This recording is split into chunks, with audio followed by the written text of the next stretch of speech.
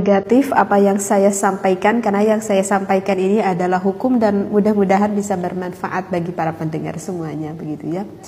Jadi maksudnya apa nih yang udah saya sampaikan ini? Artinya kalau misalkan suami yang sedang syahwatnya tinggi, sedangkan kita nih sebagai seorang istri lagi haid, apakah kita bisa menyenangkan suami? Jawabnya itu adalah bisa. Dan apakah harus? Jawabnya itu adalah harus, karena itu adalah kebutuhan suami yang mana tidak bisa dilakukan oleh dirinya sendiri, ya, karena itu adalah kebutuhan biologis yang tidak bisa dilakukan oleh dirinya sendiri. Apa maksudnya yang tidak bisa dilakukan oleh dirinya sendiri?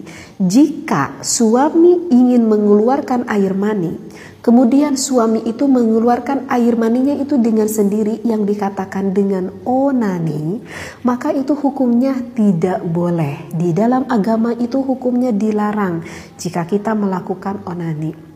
Walaupun di dalam onani itu nanti akan ada beberapa pendapat ulama yang berbeda-beda sebetulnya sih, tapi saya tidak akan lebih membahas di dalam onani ini gitu ya.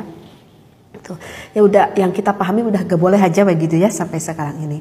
Jadi kalau suaminya yang ingin mengeluarkan air mani, dia mengeluarkan dengan dirinya sendiri begitu ya, maka itu hukumnya adalah tidak boleh. Tetapi jika memakai bantuan sang istri, maka itu hukumnya adalah boleh. Seperti itu ya. Jadi ya layaknya seperti kita mau berhubungan intim gitu, gimana gitu. Layaknya seperti kita mau berhubungan intim, kita dengan suami bersenang-senang gitu ya. Mau suaminya memeluk dulu, mencium dulu, mau gini gitu dulu gitu. Itu boleh dilakukan gitu ya. Sampai ketika sang suami memuncak ingin mengeluarkan air maninya, dikeluarkanlah oleh sang istri ya. Kalau di dalam keterangannya, maaf ya saya tidak ambil kitabnya, kalau di dalam keterangan sih itu bisa kita menggunakan misalkan dengan maaf ya, dengan kedua belah dada kita itu bisa gitu ya, ataupun mau dengan kedua belah paha kita itu bisa, ataupun mau menggunakan tangan sang istri itu bisa.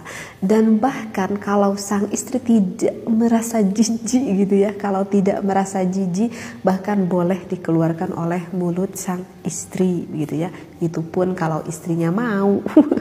Seperti itu ya.